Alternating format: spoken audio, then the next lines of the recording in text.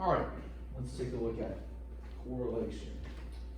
So first, what does it mean to say that two variables are positively associated? Let's answer that question first. So if two variables are positively associated, you could say x and y, or variable 1 and variable 2. It means that as variable 1 increases, variable 2 also increases. So that would be A in my case. So when two variables are positively associated, positive, it means as one of the variables goes up, so does the other one. So there's your answer there. Now, you would normally say that, like in your mind, naturally, you would think, okay, negatively associated means as one variable goes down, so does the other. But it's actually a little bit different. As one variable increases, the other one decreases. In other words, in the first scenario,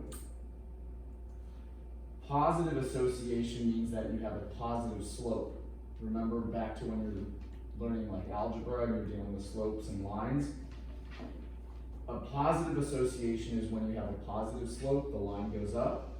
A negative association is when you have a negative slope, the line trends downward. Okay, and we'll see a lot of this, so this is just an intro to definitions. If R equals blank, then a perfect negative linear relation exists between the two variables, and that's negative 1. In other words, a perfect negative slope. And if it was 1, then it would be a perfect positive. Again, we're going to see all of this as we go through the session. This is just intro stuff. Correlation implies causation. This is actually a very famous quote, not even a quote, but a famous concept. And a lot of people believe that if two things are correlated, that means one caused the other, and that is actually not true.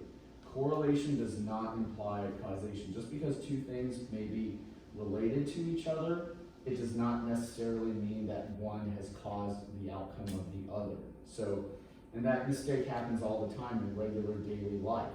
We associate, or we see two things that are connected or maybe associated, and then we then draw the conclusion that one might have caused the outcome of the other or impacts the other, even though it might not have at all. Okay? Now, let's take a look at number 4. Now we're going to start to get into application of this rather than just definition. Determine whether the scatter diagram indicates that a linear relation may exist between the two variables. When we say two variables, we're talking, here's the explanatory variable, which is x. The response variable is always y. X-axis, y-axis, just like when we were learning when we were doing lines. So we're trying to find out if there's a relationship. Now, while there looks to be one, like it goes straight here and then downward here, because there's a break in this, essentially line 1 and line 2, then this is not going to be a linear relationship. If you took out this part, then you'd have a relationship. If you took out this part, you'd have a relationship, but you can't stick both of them together and then draw that conclusion. So they do not have a relationship because they do not lie mainly in a straight line. When we say straight line, it doesn't mean that the straight line has to be horizontal or a negative slope or positive slope. It means that you have one single line. This is how many straight lines? One straight line, two straight lines. Two straight lines, it needs to be mainly one straight line. So you need to be very aware of that while it sort of looks like they're connected, it's connecting two lines and you only can have one, okay? Now, if the relationship is linear, do the variables have a positive or negative association? Well, clearly we already concluded that these are not linear, right? Because we said that there are two different lines. So the right answer is that they're not linear, so we can't even say anything. But quick note is that a horizontal would be no association, this would be a negative association, and this would be a positive association. Just throwing out the extra bit of information for you. But since our case doesn't work that way, there you go. Now yours might have been different, right? Maybe yours did work out, and so hopefully that helps answer yours. Now, does this one look a little bit better? Absolutely. In comparison to the previous problem, this is clearly, there is some kind of linear relationship because they lie mainly in a straight line. So look at our data points. There's not 1, 2, or 1, 2, or 1, 2. There's just one primary straight line. So we can conclude that these data points have some form of a linear relationship because they lie in a straight line. Now, as I discussed a moment ago, if the line is sloping upward, it would be a positive association. If the line was horizontal, it would be none. And I mean, we've seen the last one didn't work because it was 2. Clearly, this is a negative association because this is a negative sloping line. If I were to draw a line between those points, a best fit line, that would cause it to be, or it would be a negative sloping line. All right, let's take a look here. Now that you know some basics, let's talk about this, okay? So this would be a positive sloping line. This looks positive, but it looks a little bit loose right here, right? Okay, there's some outliers with outliers, right? This is positive, but not quite perfect.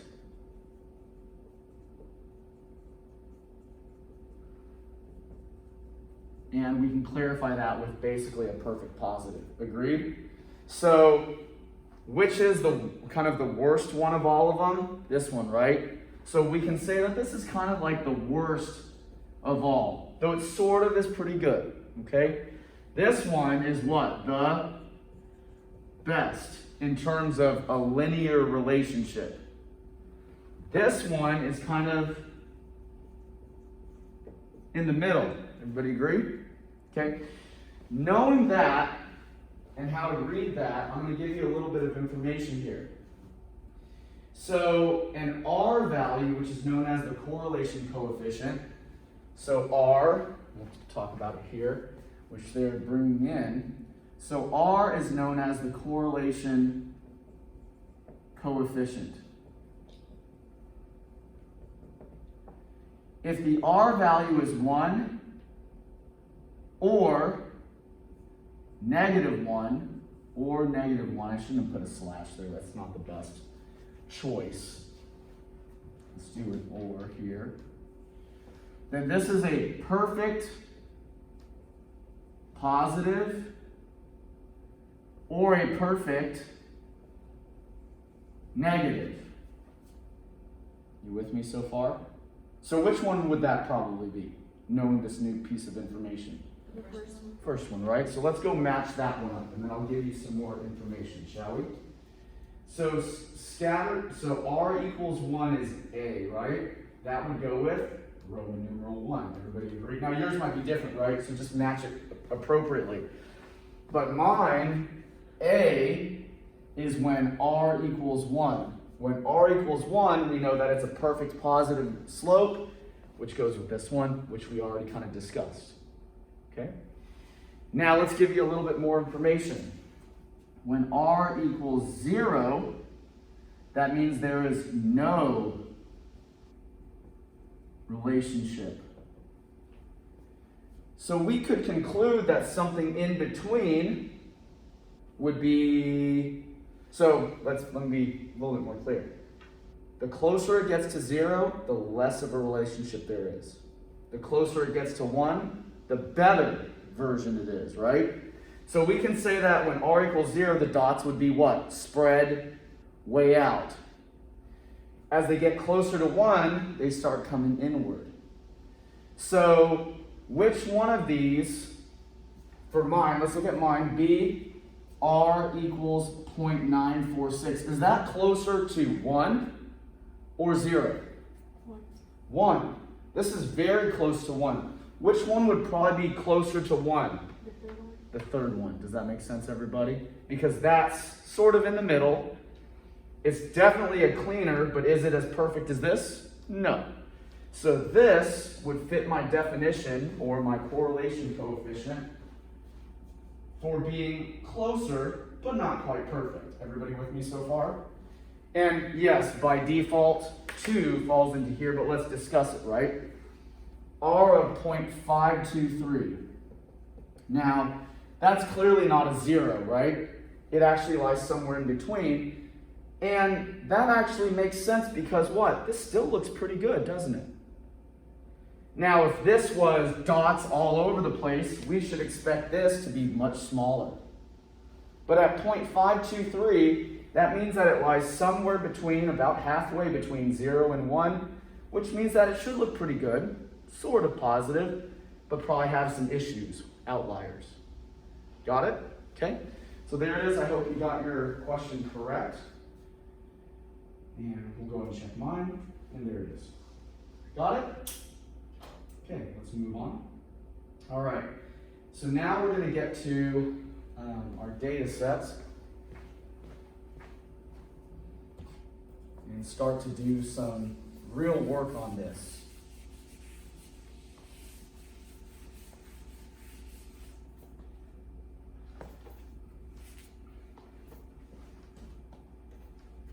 Okay, so we have a data set. The first thing we need to do is, well, let me do this actually first. Go and open it in Excel. Go and open your data set in Excel, and that will get us set up.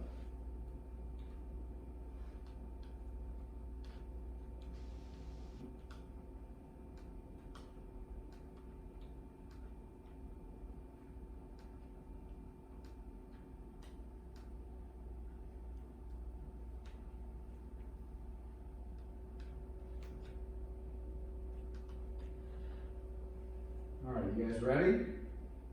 Okay, first thing is we need to match the graph to our data set. So here's our data set. This is your x variable, also known as the explanatory variable. This is your y variable, also known as the response variable. Together they make a point, right? So this one would be the point 2, 4, and so on. Follow me? So we just need to make sure they match up. 2, 4. This one looks good. Wrong, wrong. So C and D for sure out of the question for me. Go work on yours. Mine is 4, 8 as the next one. That looks pretty close. Next one for me is 6, 11, and 6, 12. A is out of the question. B should be my correct response. Go figure out yours. And all it is just matching points. So shouldn't be too big of a deal. All right.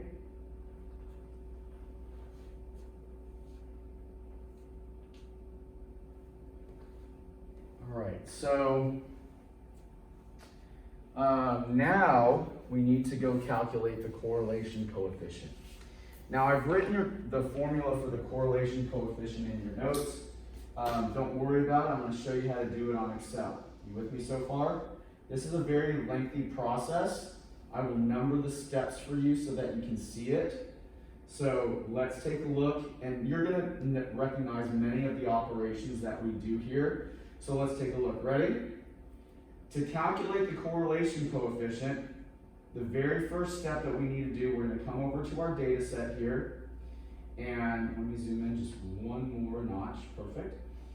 And the very first thing we need to do is calculate the mean for both x and y. So you guys know how to do that. Calculate the mean for x, and then calculate the mean for y. Go ahead and do that part.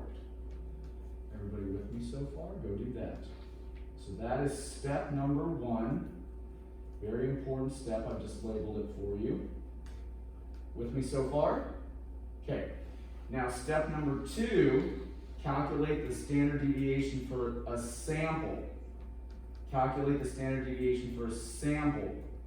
So make sure you're not doing a population. Make sure you're calculating standard deviation for a sample, okay? That will mess you up real good if you don't do that, okay? So do that for x, and do the same thing for y. By doing it on Excel just saves us a ton of time. Imagine doing this by hand on all of those, just way too much work. Now, of course, we know how to do that. We did it together, but now we're in a more advanced position. It's not going to worry about it. Everybody with me so far? Okay. Now, once you've done that, take a look here. So, our third step is to do the following. You ready? We're going to take the x value and subtract it from the mean for x, and then divide it by the standard deviation for x. So take a look at what we're going to do. We're going to take each individual x value, subtract the mean from it, then divide that result by the standard deviation for x. Okay, let me show you that. You ready? So we're going to take each x value, subtract the mean of x, then divide that by the standard deviation for x. Take a look at that. Let me review that with you. So in other words, what we did there is, and you can see the formula, we took each x value, subtracted the mean of x, and divided it by the standard deviation of x. Okay, of the x values. Make sense? So that is what we did going into that column. Follow me? Okay, so maybe I shouldn't have written it there, maybe it should be over here. And the nicer way to do it is xi. The more proper way of describing this is x subscript I minus x bar divided by the standard deviation of x. That's really what's going on here. The individual x's minus the mean divided by the standard deviation of the x's. You follow? That's kind of like the more proper way to write it. So you want to do that for each individual x, okay? There's a shortcut for this. Not really a full shortcut, but if you put a $sign in front of this, okay? If you put a $sign in front of this, okay, what does that do? This is the first time I'm teaching you this because we're going to start using it a lot. This $sign tells you to reference the same exact cell every time. So why is that valuable? Why is that valuable? Because if you then drag this, it will change this value but leave these the same. You follow? Let me repeat that for you. By putting a $sign on the values on here and here, when you drag this down to save time to calculate, then what that does is this x value will change. Notice no $sign on there, double $sign.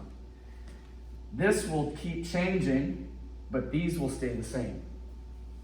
You follow me? Okay? So do you have to do it that way? No, you could keep typing them in and all that, but I'm just doing it there to save you time. Follow? Now, we need to do the same thing for the y. Y minus the mean of y divided by the standard deviation of y. So we're going to go calculate the same exact thing for all the y's. What does that look in proper form? Each individual y minus the mean of y over the standard deviation of y. So let's take a look.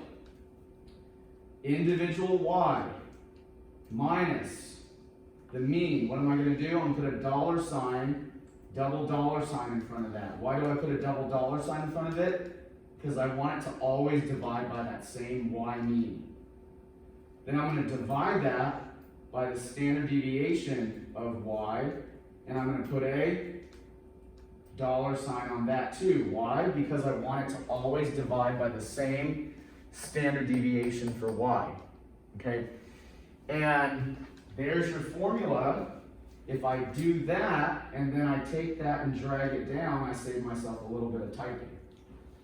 And now what it's done is it's calculated this for every single y value in my data set. Everybody with me so far? It's a lot of stuff. Like I said, it's very detailed.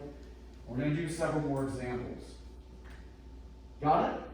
Now, in step number 4, we're going to multiply the items from step 3. What do I mean by that? We're going to take the x and multiply it by the y. Take a look at that. So we're going to multiply these two. In other words, we're multiplying these two together. This and this get multiplied, the results for the x and y of the calculations that we just did. So we multiply those, and I don't need any dollar signs here because nothing's staying the same, right? So there it is. So I just multiplied everything. Everybody understand? Okay? So finally, not finally, but almost finally, we're then going to add this column up. So I'll just label this step number 5, which is the sum. We're going to sum all of that up. Let me label these, bold those. So we're going to add this entire column of what we just did. You guys follow? So you're going to add all of that you just did. So watch the progression. Mean, standard deviations, the calculations based off of those with each part of your data set, the explanatory variable and the response variable, then the product of those, and then the sum. We're almost done. A lot of steps. Everybody with me so far? Now, finally, we're going to kind of get to our final step, which is division. And what you're going to do is you're going to take your result from there, and you're going to divide it by the number of items in your data set minus 1. So, whoops. Hold on. Shouldn't have done that. Let me write this out. So, I'm not there yet. I just want to show you. We're going to take your answer here, this entire sum, which basically brings everything together. We're going to divide it by the number of items in your data set minus 1. Now the question is, are there 10 items here or 5 items in your data set? There's 5. Because each of these is a single point. The 0.24, the 0.48, the 0.611 that went here. It's not 10 items in your data set. You follow me? Be very careful. Don't do 10 minus 1. You're going to do 1, 2, 3, 4, 5 minus 1. Understand? Please pay close attention to that. So you could just type in 4. I put in 5 minus 1 just to drive home the point. But you can just put 4, whatever. And so there it is. This right here, that is your correlation coefficient. So, round it to 3 decimal places. That's 0.909 for me. Okay, did you get yours correct? Let me know. Any questions about that? Good? Yes? Okay. Now, we learned some stuff in the previous problem about correlation coefficient. We learned that the closer it is to 1, it means the more positive it is and the points are more connected. The closer it is to 0, the more it's all scattered all over the place. The closer it is to -1, it means that they're close together and going down. As you can see clearly here, this is very close to 1, 0.9. So let's go and answer this question. Because the correlation coefficient is, mine is positive, and the absolute value of the correlation coefficient, we'll get into that in a bit, but just know, what is the absolute value? It's the positive version, right? Absolute value of any number is the positive version, so 0.909 is, now this is something new, critical value, critical value. You're going to need to come up here, right over here, to view your critical values table. Let's look at that.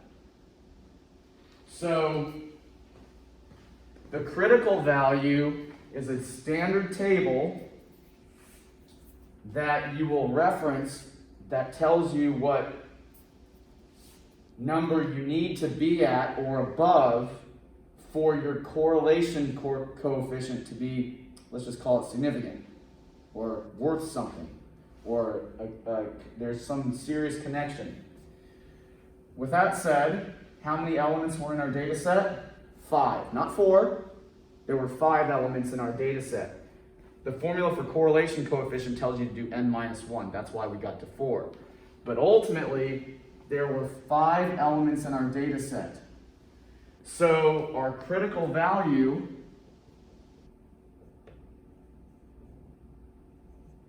for 5 elements is 0.878. Follow me? So for my problem, this specific problem with 5 elements, 5 points, it has a critical value, and you'll always have a table of 0.878. You guys with me? Okay? We'll bring all this back together in a moment, but I need to show you that. So, what is 0.909 in relation to my critical value? It's greater than that. Isn't that true? My 0.909 is greater than my critical value of, and I need to type this in, 0.878. Since my critical value, my correlation coefficient is greater than that critical value, then we can say that a positive linear relation exists.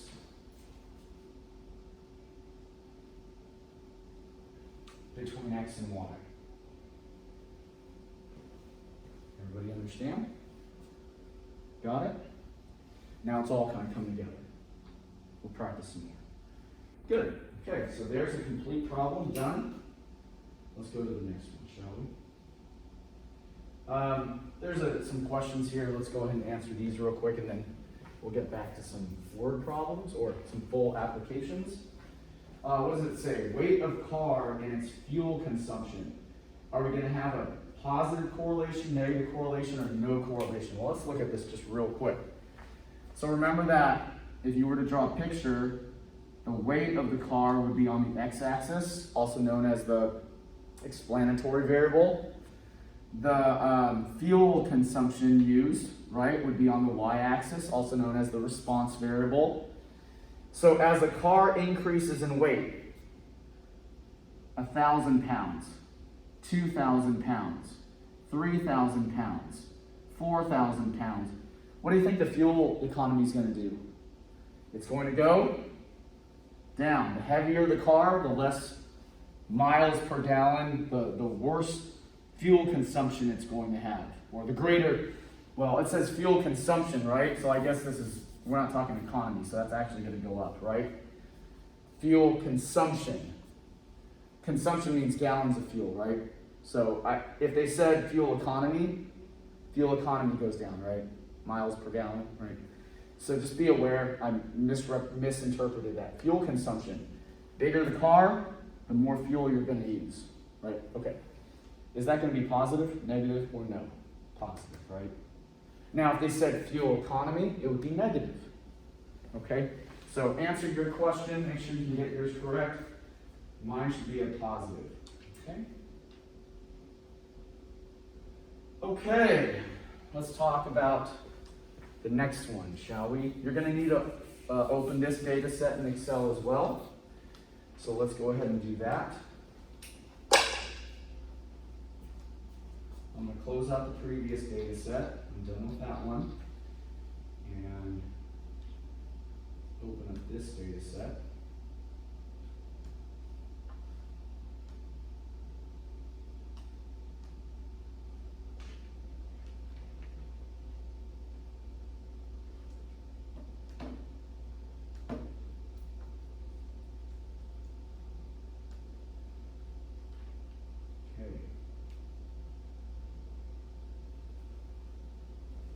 All right.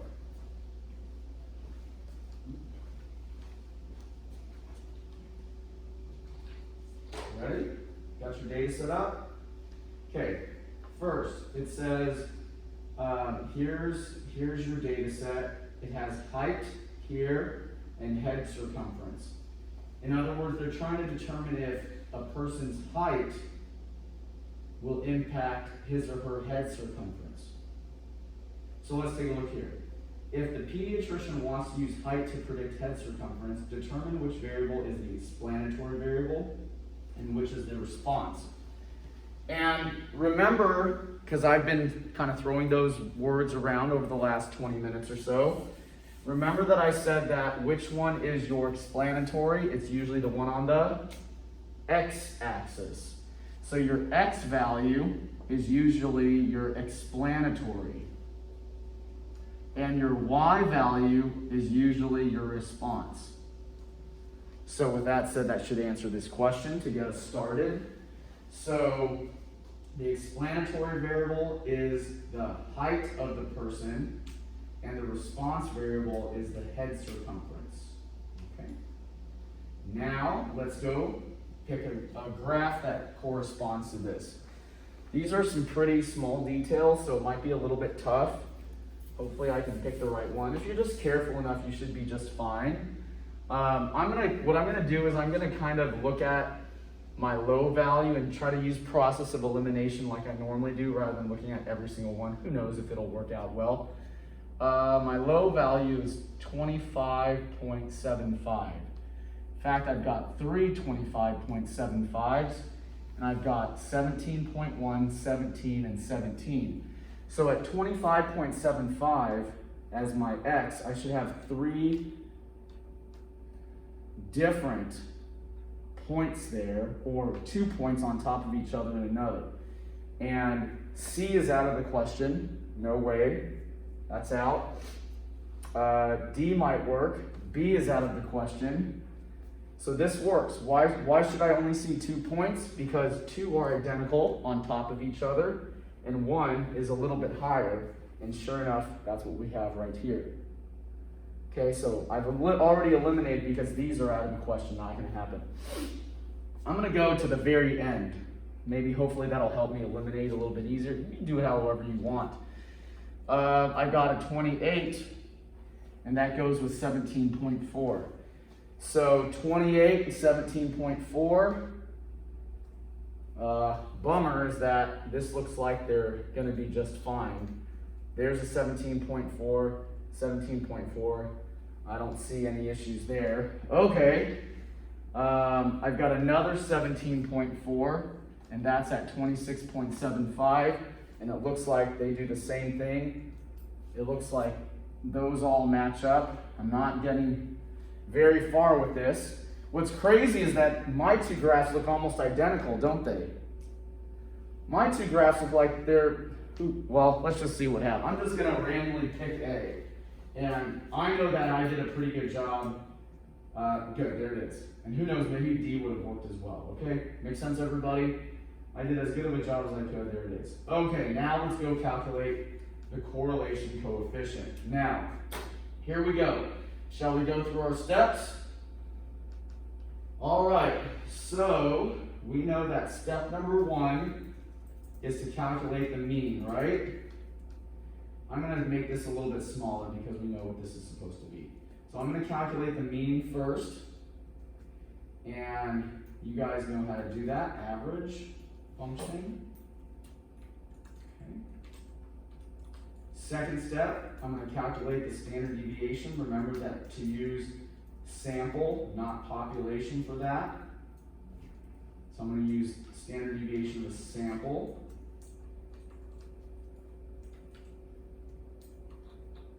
Okay. Now that I have all that information, I can then move on to calculating xi minus the mean divided by the standard deviation for x, right? The standard deviation for x, so I'm gonna go do that. The individual x minus the mean, and to save myself some time, I'm gonna use the double dollar signs. You might also remember to put in parentheses, right? And divide that by the standard deviation. To save time, I'm gonna use those double dollar signs. So take a look here if you weren't sure. Oh, let me erase some of this stuff. Don't need this anymore.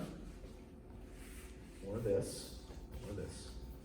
Okay, so individual x minus the mean divided by the standard deviation. I use double dollar signs here, double dollar signs, so that when I go and drag it, I can save a bunch of time. I don't have to go and retype all of that. That saves an immense amount of time. And now I'm going to go do the same thing for the y. So for the y, I'm going to do the y minus the mean of y divided by the standard deviation of y.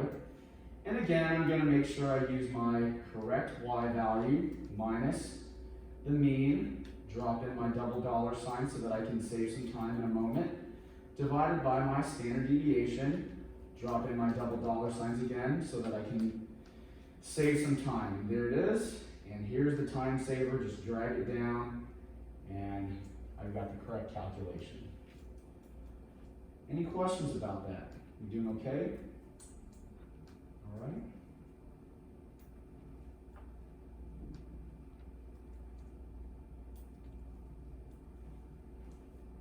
Good? Okay. Now, what's the next step? Oh, that wasn't step 4. That was step 3. Sorry. Step 4 is do the product, right? The multiplication, whatever you want to look at it at. So we're going to multiply the x and the y. I'm going to multiply the x and the y, and I'm going to just drag all that down. Let me erase this so I can just make things a little bit bigger since I have the space too.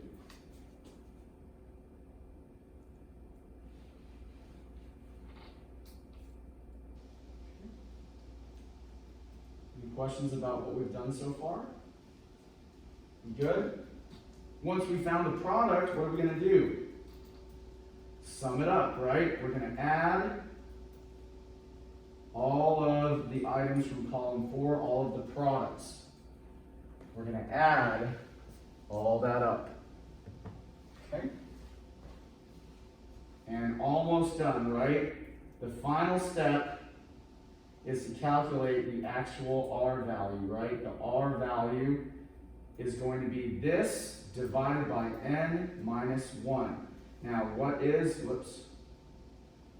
our n value in my problem?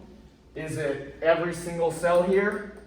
No. 1, 2, 3, 4, 5, 6, 7, 8 elements minus 1, or 7. I could just divide by 7, but I want to show you guys everything. So 8 minus 1, and that is our correlation coefficient. It's our sum divided by n minus 1, right? If you wanted to look at everything, there it is. Make sense? Now, we're going to type that in, round to 3 decimal places, 0.886 for mine. Did you guys get yours correct? Any questions at all? All right, great. Now, does a linear relation exist between height and head circumference? Well, in order to know that, we have to go to our critical values. For us, this is only the second time we've used this table, so I don't blame you if you didn't remember that. But in order to determine if a linear relation exists, if you want to know, it's not just the correlation coefficient. You have to draw upon your table of critical values. So let's take a look here. On our table of critical values, you need to go, well, how many elements were in my data set? There were 8 of them, right? So I need to go to an n value of 8, not 7. The number 7 is only used when calculating your correlation coefficient. So my critical value, I'll just call it CV, our critical value for 8 elements is 0.707. You guys with me so far? So 0.707, if this number right here for my correlation coefficient, if it's greater than that, then we're good. If it's less than that, then there is not a good positive relationship. Follow? That's how you know, not just from the correlation coefficient. So, with that said, let's go draw our conclusion, shall we? Does a linear relation exist? For one more time. If the correlation coefficient is greater than the critical value, yes, a linear relation exists. If it's not, then no. So yes, and you're going to have to look really carefully because they're worded very uniquely. Look at the two yeses as options. I have this yes and I have this yes. This one is the correct one. Why is it the correct one? Because the other one says that the R is negative. Exactly. That's not correct. R is positive. So the R is positive. And so, yes, okay, R is positive, absolute value, greater than the critical value, and we're going to type in our critical value of 0.707. And there it is. Make sense, everybody? Good work. Now, more work. This is actually a very complete problem. So what they want you to do next is to convert this data set into centimeters. Okay? I'm going to show you how to do this. You ready? Okay? So what we're going to do, just follow along with me. I'm going to zoom out for a bit so we have a little bit more room. Okay?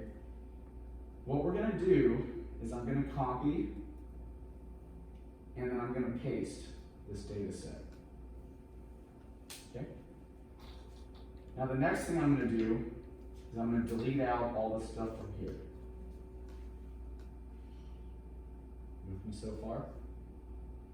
So I copied and pasted it and I deleted it out. With me?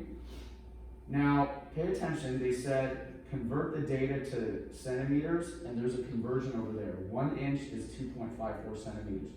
So all I have to do is if I just take my value from each cell and multiply it by 2.54, that's going to convert it for me. Now I don't have to go and do it for all of them, I can just drag it. Done. See that? And then I can do it for the other side and drag it down. Done. See what I did there? I did one of them. I took this one and multiplied it by 2.54, and then I just dragged it over and down, down, and it did it for all the other ones. Save a lot of time. Understand? Now we need to type those in. Okay, so let's go type these in.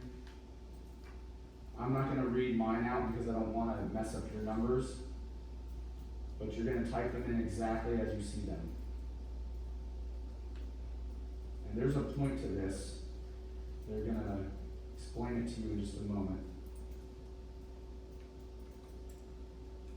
After you do the first 4, you're going to do the second 4 rows. So I got my first 4 right, then they're going to ask you to do the last 4. So just work away.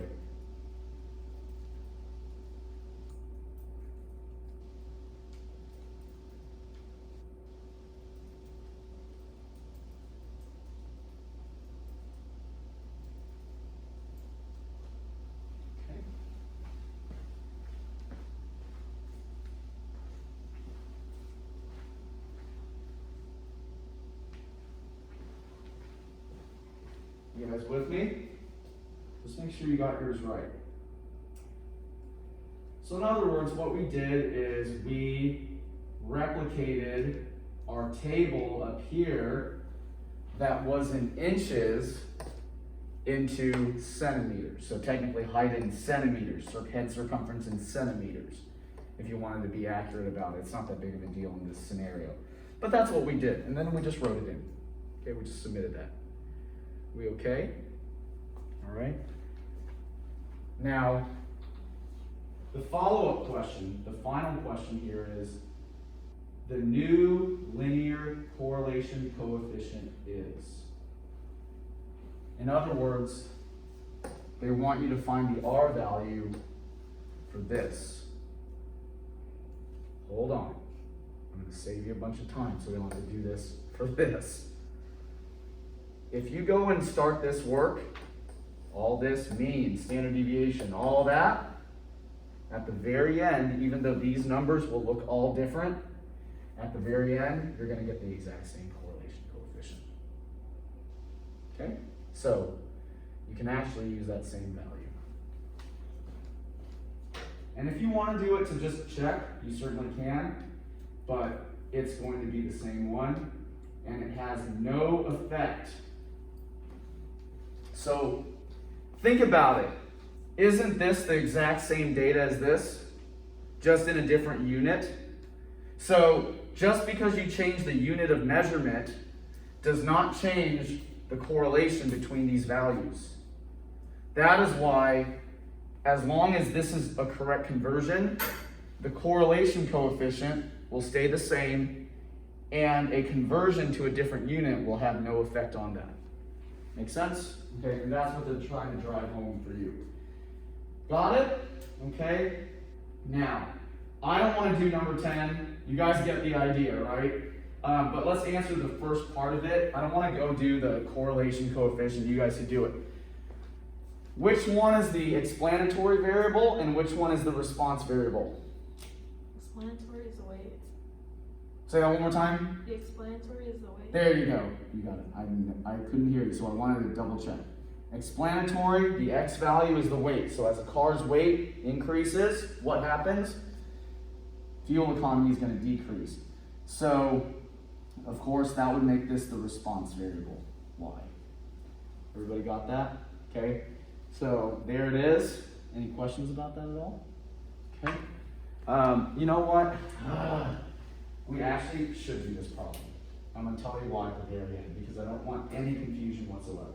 So let's go actually do this problem, and then we'll go to the last problems. It's not bad, but I'm going to feel really bad if, I probably won't feel really bad, but I'll just feel a little bad for you guys if you go through this problem, because it's really easy to miss a skill here because we haven't seen a negative R.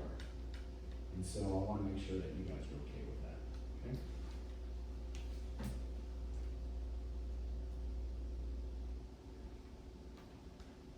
All right, so we already established that the explanatory variable is the weight and the response variable is the miles per gallon, right? Okay. We need to pick a graph that is associated with this. I'm going to just look at mine real quick because that's not the point.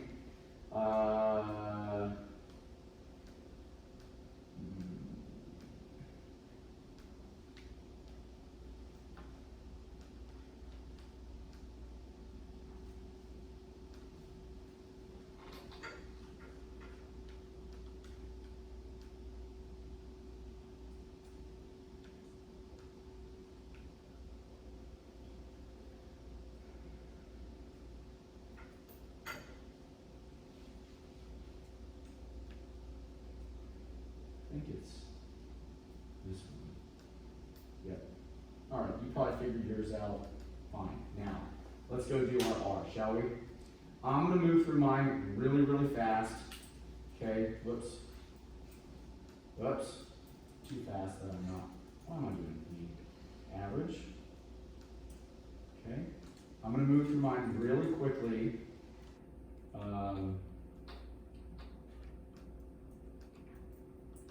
Go ahead and do yours. And the reason why I'm moving through mine quickly is because my point here is not to do the calculation, but to do the explanation. So just go through yours.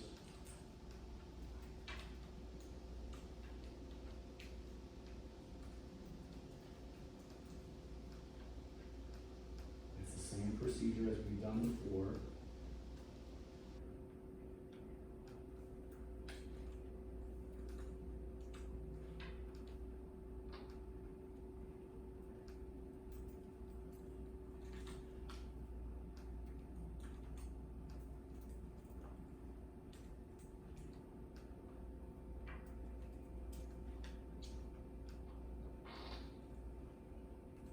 Hopefully I don't make a mistake, but we'll find out real soon if I did.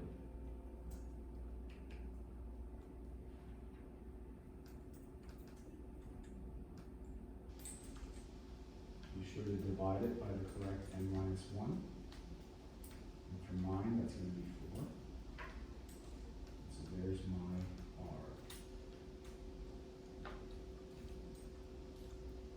Let's check it. Good, got mine right. That's great. And we're going to talk in just a moment. Okay. Now you see why I wanted to do this one, because we haven't seen a negative R value yet, right? We haven't seen a negative R value. I want to make sure that you guys understand how to handle that. I'm going to pull the table of critical values here.